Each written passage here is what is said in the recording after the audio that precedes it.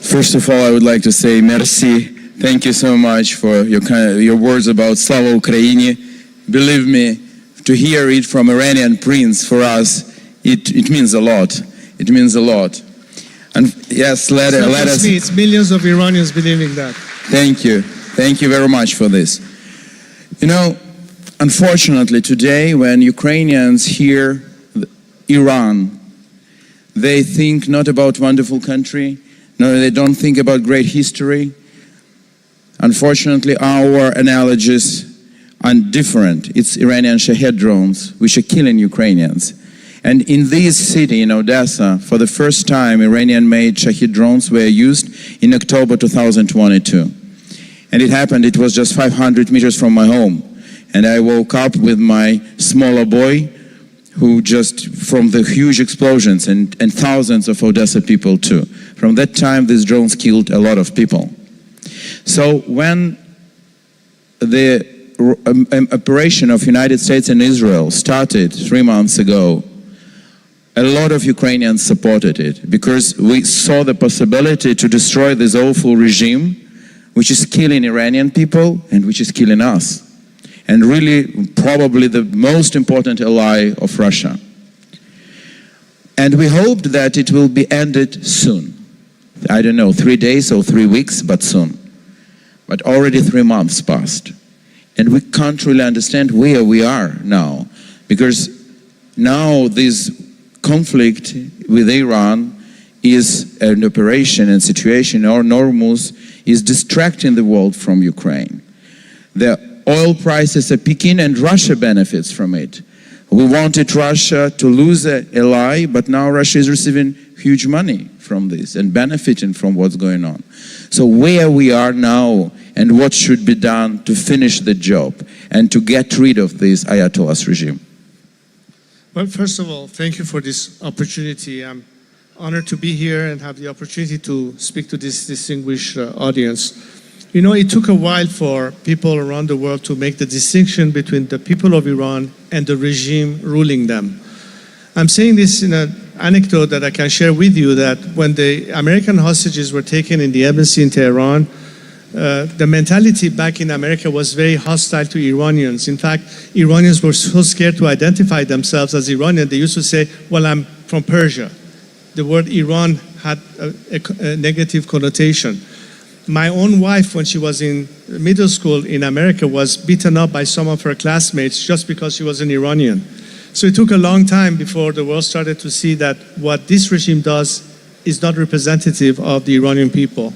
And throughout the years, Iranians that had sought refuge or had to leave the country and assimilated into various host countries that ended up becoming citizens in, whether in America or Canada or in Europe, have proven to be what the true sentiments of Iranians is. They are compassionate, they are peaceful, they are committed to liberty, and they only had to escape our country because of what the regime did to them.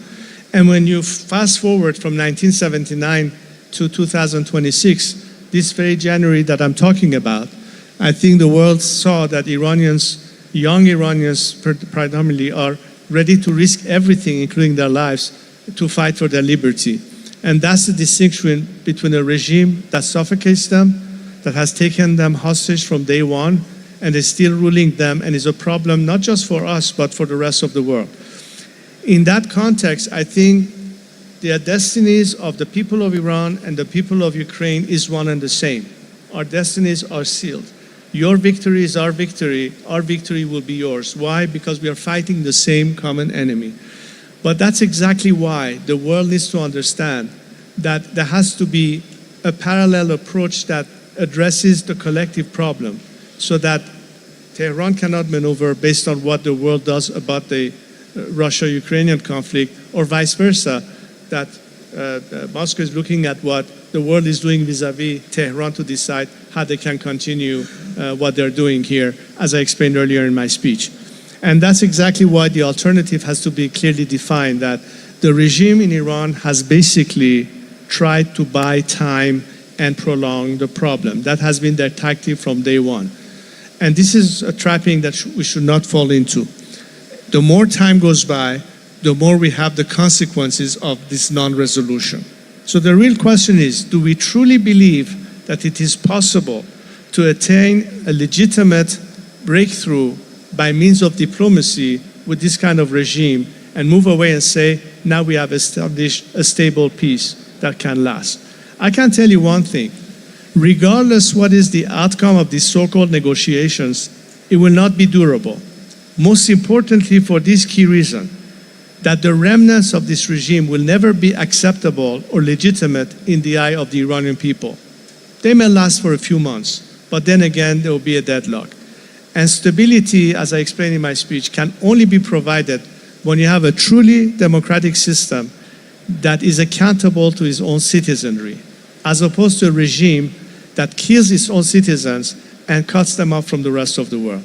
This is where we need to understand that the final end game is not by a continuation of this regime, but by its total elimination. There's an opportunity to get it done, and it will be something welcomed in our region. I'm sure many of you will be able to see that, not just from the prism of Israel, which has obvious reasons to fear the continuation of this regime, but many countries that today have been directly targeted by the regime in Iran. I'm talking about Saudi Arabia, UAE, and other countries in the Middle East. This is why this is an opportunity in this generation to get it done. And this is why the more the time is dragged, the more the regime benefits in Tehran or Moscow benefits, as you suggested. Yeah, but what should be done? So what you see as a continuation, is it a land operation, boots on the ground? What should be done to finally eliminate this regime? Well, that's what I've been telling the Americans and others, that the people of Iran are the boots on the ground. You don't need to deploy your troops. But for the boots on the ground, meaning the people, to have a chance to return to the streets, they need minimal protection. What happened at the time of the conflict was that the air cover, by virtue of the fact that the IDF was targeting not just the infrastructure of the regime, but also protecting some of the citizenry by hitting some of the checkpoints that the regime had elements to fire on the people were targeted. That stopped all of a sudden.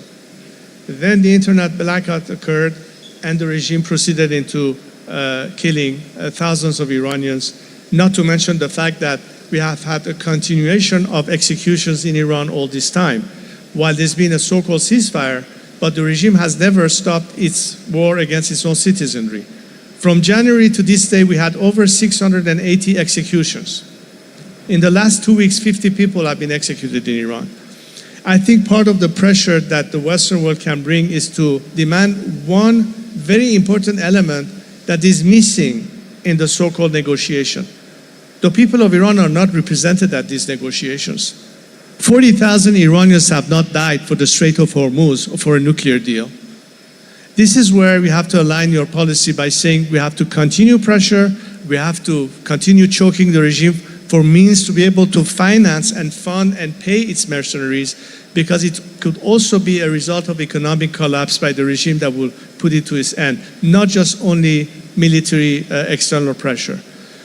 But the best way to avoid having to commit boots on the ground by foreign forces is to help the Iranian people play that role, provided that you give them that added support. So we need aerial cover, we need internet connectivity, we need some means of giving the people the means to actually take the next step and internally bring the regime to its knees. Also, what's important is consistency in messaging, not confusion. When you have confusion, it is hard to expect elements who want to defect to our side not to hesitate, because they're not sure how committed you are to put an end to this regime. But if the people knew that this time is for real, if the defectors know that there is going to be an imminent collapse, that facilitates the defection, that emboldens the people, that further weakens the regime that is only fragmented internally, to hope that they can survive that, and that would just facilitate the transition to change. Change has to occur, and by regime change I mean complete change, not partial change. This regime will never be able to adapt itself to an honest partner. You cannot trust them. The only thing that you can trust is a people that, once liberated, will be truly committed with the same values and the same ideals that the free world espouse. That's what needs to happen. We are trying to do our part The world has to decide finally that after more than 40 years of appeasement, which has not led to a solution, this is the time to decide it's time we invest on the people of Iran as an alternative, as opposed to the continuation of this regime and hope to have any changes of behavior by them. So, thank you. So let me clarify. Are you saying that one important thing, very important thing, which is missing is clear announcement of a final goal of the operation, elimination of the regime, final goal of the operation of the United States and Israel, right? The only way that you can have an end game is to see that the biggest obstacle to stability, to peace and commitment for it is no longer there to continue threatening you. Israel knows that as long as this regime is in place, it is an existential threat to it. Today, countries in the region see that the regime has not hesitated attacking them. The gloves are off. Until now, it's been always trying to play it low, but now the gloves are off. This is an opportunity to kill the beast that has been wounded. And guess what? A wounded beast is going to come back with revenge and retaliation. President Trump said that I don't want to have to come back 2 years from now and do it all over again. When while you have a chance of doing it, why not do it? This is what everybody expects. Most importantly, this is what the people of Iran expect. Let me make sure that you all understand what I'm saying, and hopefully now that the internet is partially reconnected, you will hear directly from the people of Iran what was their reaction to that intervention that happened. People in Iran were celebrating the fact that the IDF and partly the US Air Force intervened in hitting the regime's infrastructure. People have named streets in Iran after President Trump. This is a nation that looked at it from the prism that this is an intervention that is literally humanitarian to protect more lives to be lost. For us, it was a liberation intervention. And the people of Iran are smarter than you think in making the distinction between when the country is attacked as opposed to when the regime is being targeted. In 1980, when I was in Cairo, 3 months after my father passed away, Saddam Hussein attacked Iran. At the time, having been an Air Force pilot, I sent a message to the Iranian authorities that I'm ready to return to Iran and to fight as a fighter pilot against the Iraqi invaders, knowing full well that this is a new regime in place in Iran, a regime that started executing our generals, former generals of the military, and our ministers. Some of them were my commanders when I was training in Tehran on an F-5, because this is an aggression to my country. I had to protect and defend our territory. But when the targeting was the instrument of repression against our people to be weakened, so the people have a fair chance to stand up to it, that was a welcomed intervention. This is why it's important to understand the distinction between when an intervention is necessary as opposed to where everybody condemns war systematically because war is just bad. Well, during the Second World War, I asked some French people, what was your sentiment the day the Allied forces landed on the beaches of Normandy? Wasn't that part of the French liberation? I think the Iranian people saw that intervention as something that will weaken the regime that is hitting them. The same regime that during the Women Life Freedom Movement was shooting young people in the face. I'm sure you've heard the victims of that moment. How many generations of Iranian protested in at least the last 10 to 15 years? From the Green Movement on, you have seen more and more frequency of people, despite the regime repression, come to the streets and fight. The last time they were on the streets, 40,000 of them were massacred. But millions of Iranians supported that. And today, across the world, we see the diaspora. From New Zealand and Australia to Europe to Canada and the United States, all standing in solidarity with the Iranian people. Yes, we are all victims of the same thing. You see often next to the Iranian flag, the flag of the Ukraine. We remember what happened when PS-752 was shot down by this very same regime. And one day, we hope to have true accountability to what really happened there. We have a commonality of interest in making sure that this regime is no longer there. We have to make sure that it is defeated. It can be defeated. But as much as you trust yourselves in your resilience as Ukrainian, pushing back against the enemy aggressor, you should trust the Iranian resilience that are willing to fight to the very end to free ourselves from the regime. And I think here's an alliance that can start, and hopefully we can have more traction and have more governments of the free world, particularly here in Europe, to join with us and be supportive of that alternative. That's a win-win for all of us. And I think this is exactly what it all boils down to. It should not be about the price of a gallon of gasoline. It should not be about midterms election. It should be about democracy defeating tyranny. Thank you. But the question is, we saw during last many years, we saw several attempts of big protests in Iran. You already mentioned some of them. And last protests in January were really big. The question is, why after start of operation we don't see these protests? The internet is cut, we understand. Maybe we just don't know. So, or maybe the moment was lost when the operation should start earlier, when people were on the streets and were ready to fight. Or maybe, as some people say, Iranians are rallying around the flag, feeling it as attack on Iran. So this is a very important question for us to understand. Well, that's exactly why I told you the distinction. As I said, the people inside the cities that were hit by the intervention of the IDF or the US Air Force were actually celebrating these attacks. The video is out there. There's tremendous amount of footage in social media that some of you may have seen, and you haven't. I hope that you take a look at it. This is coming straight from inside Iran. This is not manufactured. This is not an interpretation. This is actual video footage of people in Iran, different cities, that were in fact cheering the fact that something is being done to weaken the biggest enemy of the people, being the regime itself. Now, what happened is that momentum stopped all of a sudden. It was supposed to be continued. All of a sudden we heard, stop eliminating regime leadership. You know that many people were taken out, including Ali Khamenei, the supreme leader.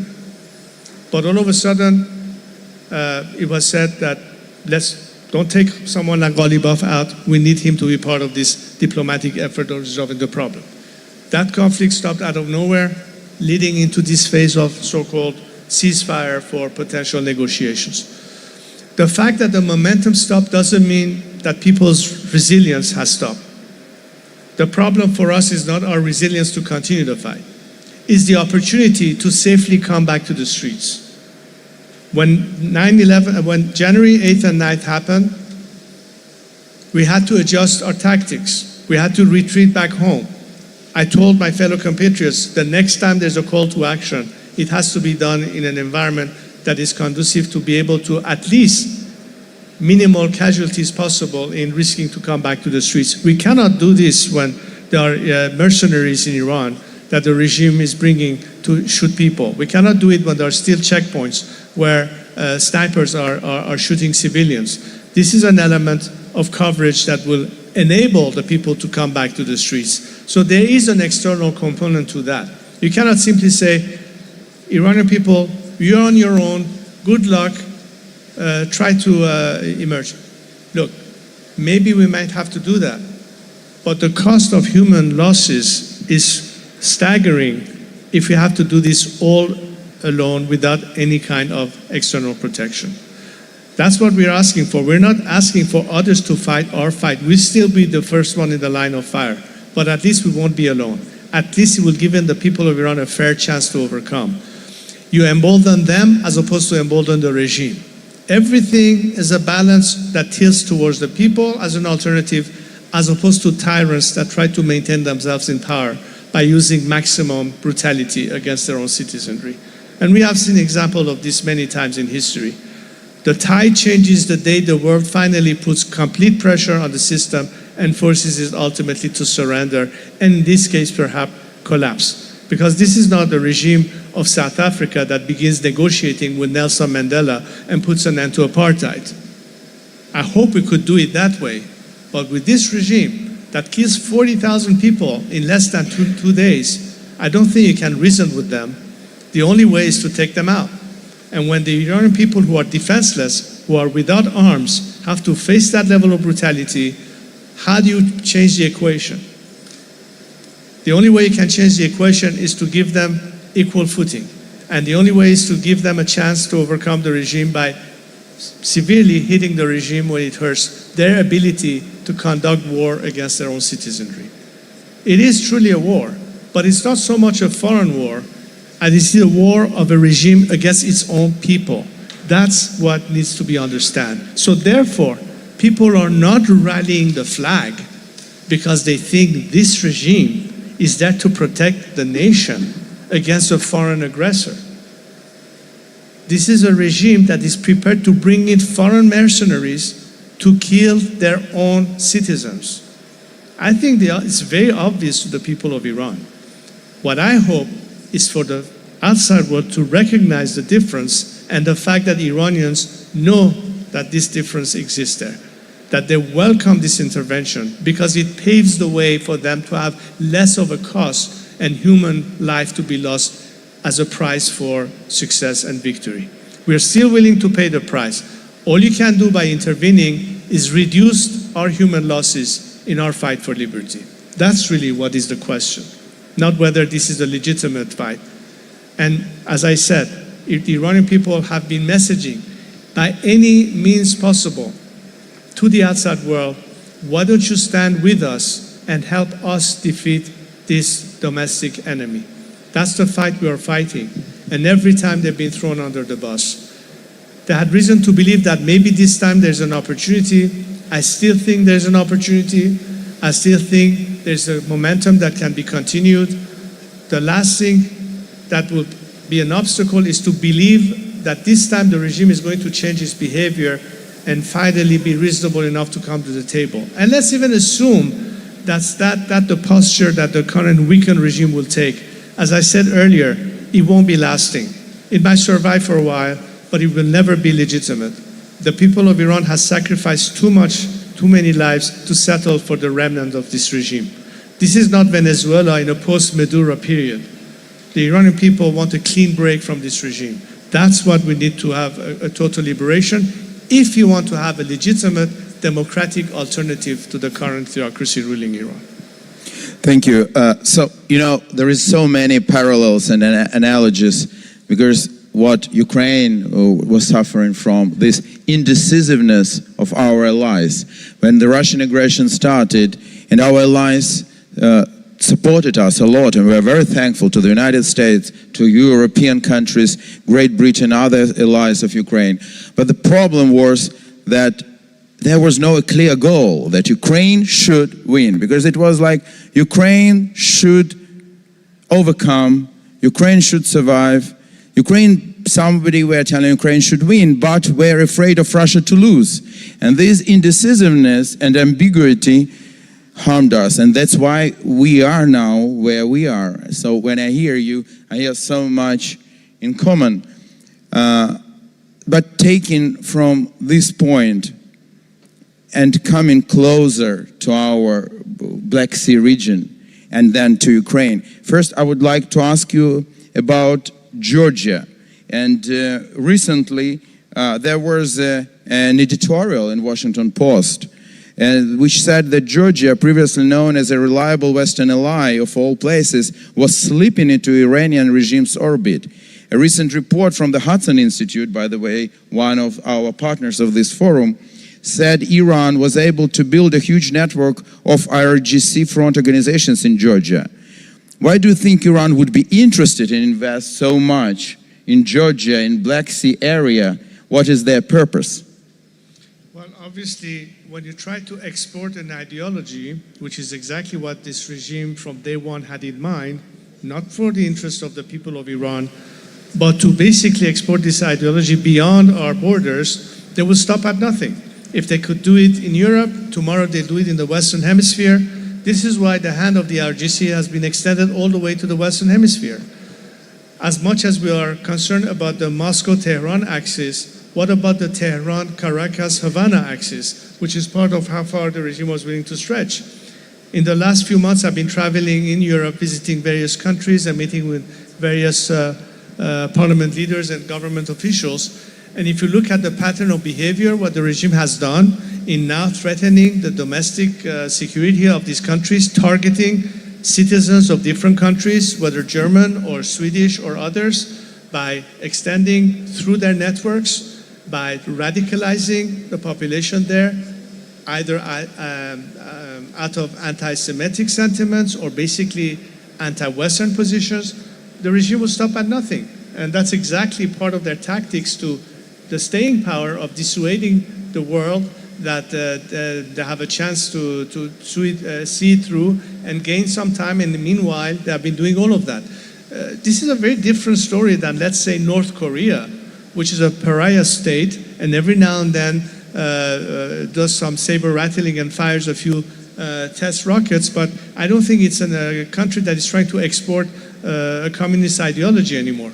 The regime, the Islamic regime, has reason to do what it does because its existence depends on its ability to have success stories to tell its hardcore supporters, not just in Tehran, but all of these radical forces. So when we came to Europe and told them, listen, understand that this is a problem.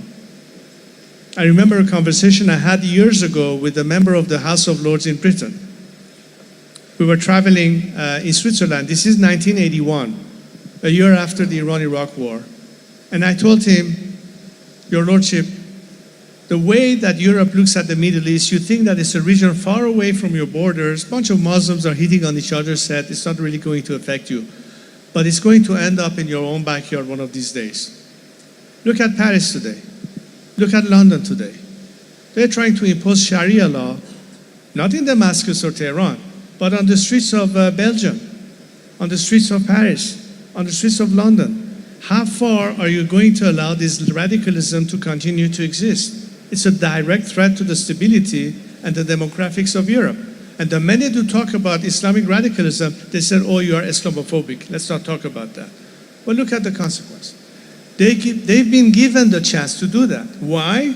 Because for 4 decades, the central foreign policy of key Western governments has been appeasement, with the hope to force the regime to have a change of behavior. That has been the basic strategy of Western governments, US included, mind you. Has it paid off? No. It has only allowed this regime to remain in power, to be able to expand its, deploy its reaches, not just Hezbollah and Hamas in the immediate region, but all the way onto European soil. That's another reason why we're saying that, look, the only way to reverse all this cycle of forced migration for Europe that is already so saturated, one way to alleviate your energy requirements so you don't have to be blackmailed by Russia every winter for energy uses. For a country like Iran that has one of the largest reserves of gas that can provide for decades Europe with its energy requirements, don't you think that all of this rides upon this regime no longer be there? Can you actually conduct clean business with a corrupt IRGC-controlled country that controls every aspect of the Iranian economy? You want them as an honest partner in this? Of course it's not going to happen. So everything rides onto the fact that a change that will be lasting, a change that will be conducive to economic opportunities once the regime is gone, not to mention all the security concerns. It all depends on this regime to be finally defeated. And most importantly, you're not forcing that on a nation. The people who ask for this the most are the people of Iran themselves, who have been crying out for help for all this time. They've been voiceless. I try to be their voice to talk to all of you here and elsewhere that for one time, after 47 years, try to find a solution beyond the regime. Trying to do more of the same and expecting a different result is pointless. The alternative is not this regime. It's the people who are committed to be your true allies who share the same values of liberty, of democracy, of non-discrimination of any kind, versus a regime that has been the institutionalization of discrimination, first and foremost against women, and then against minorities, or ethnic groups, or religions, and so on and so forth. Everything is writing about the disappearance of this regime. It's good for us as a nation because we'll be liberated. It will be good regionally because people in the immediate region will be positively affected by it. That goes towards all the Black Sea region, Georgia, others. But the game that the regime is playing is proxy deployment of exporting an ideology.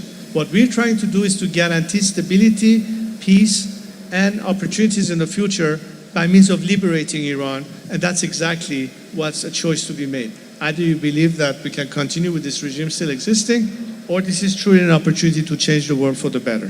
The people of Iran are ready to act. As I said, we're not waiting for it, we're doing it. We hope that you join us in this fight. Thank you. We don't have much time left, but this is super important and interesting conversation. So, keeping in mind that we are short in time, I want to ask you several more questions. First, let's speak about elephant in the room. In our case, crazy bear in the room, about Russia. I will not ask you, it's clear, you said clearly Russia and Iran are closest allies. We all know this, we feel it on ourselves. The question is, Iran definitely was helping Russia in their war against Ukraine.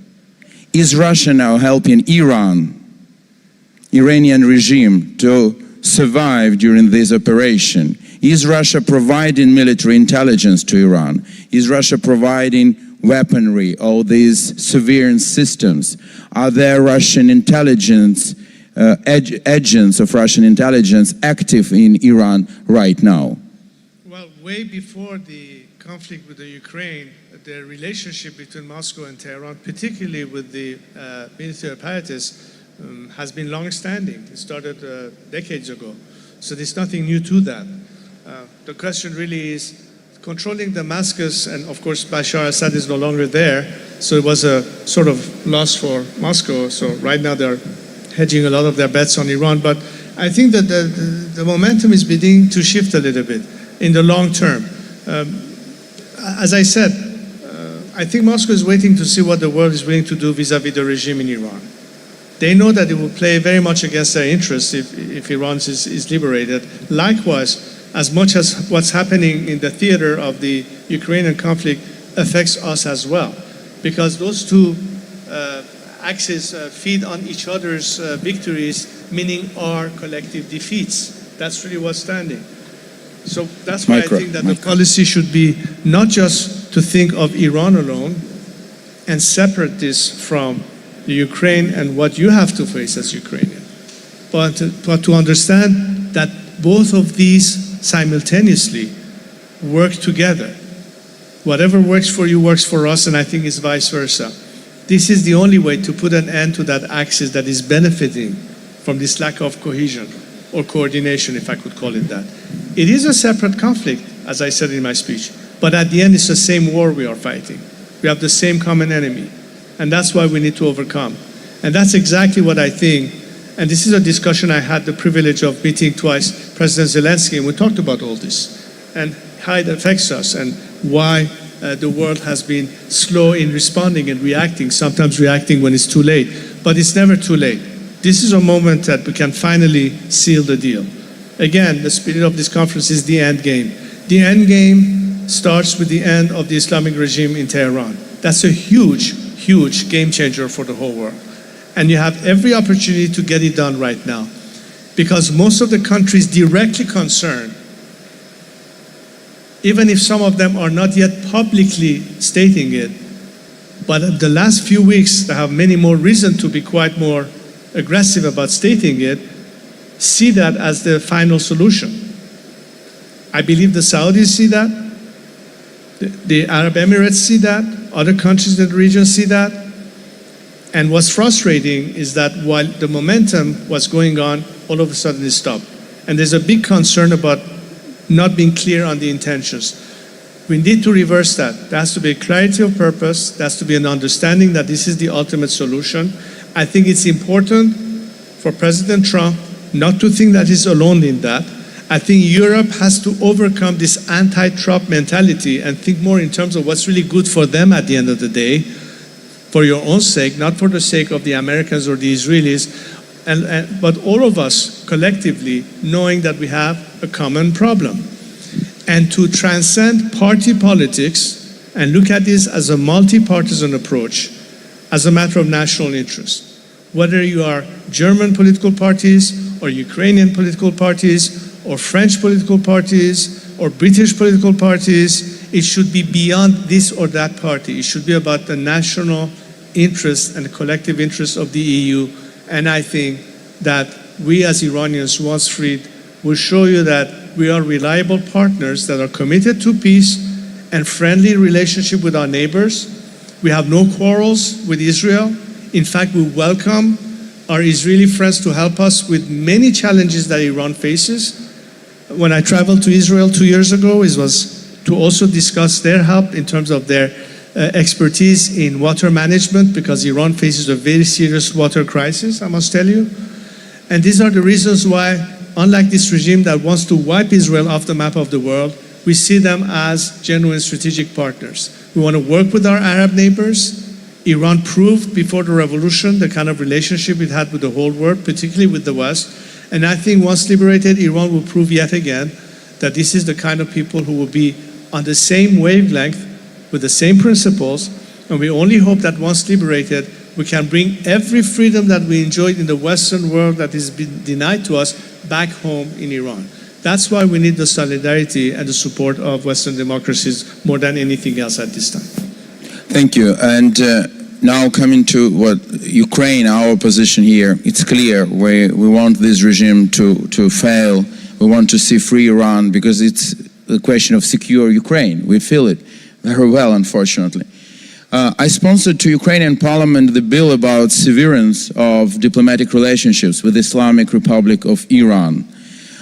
Do you, as Prince of Iran, do you support such step from Ukraine?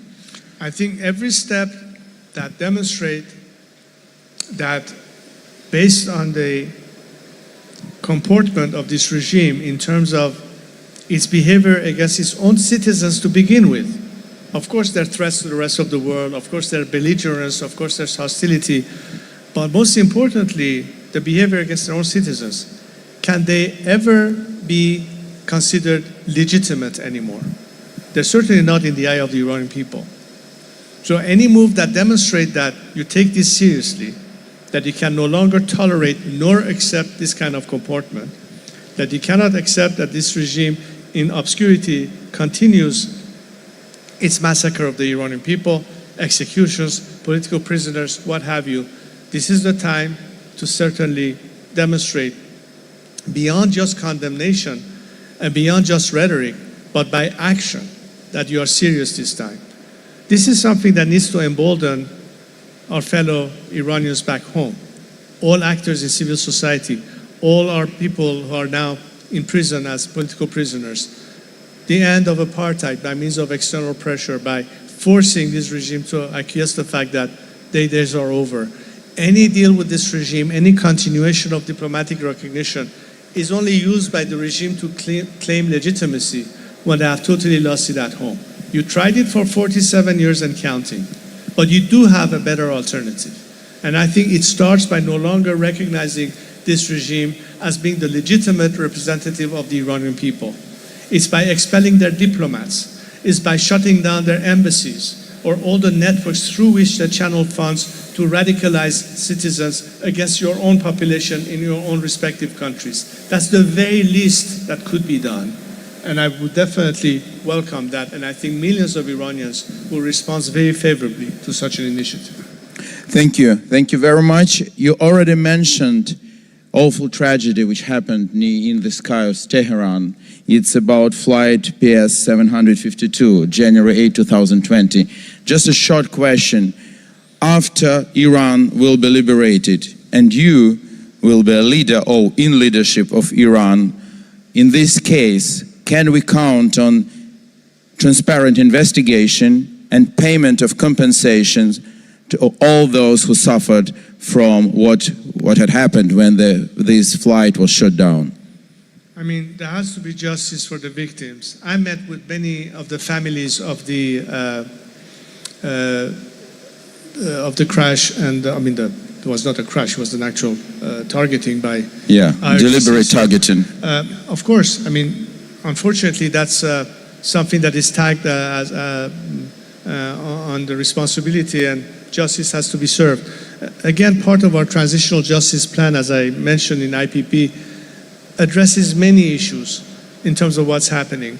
And hopefully, the rule of law and transparency will resolve many of these outstanding issues that cannot be ever resolved as long as this regime is in power. So that's definitely something that will be conducive. Reason more for us to expedite the demise of this regime so that finally we can have true rule of law through judicial process and for justice to prevail for any victim of this regime's behavior, Iranians and foreign nationals together.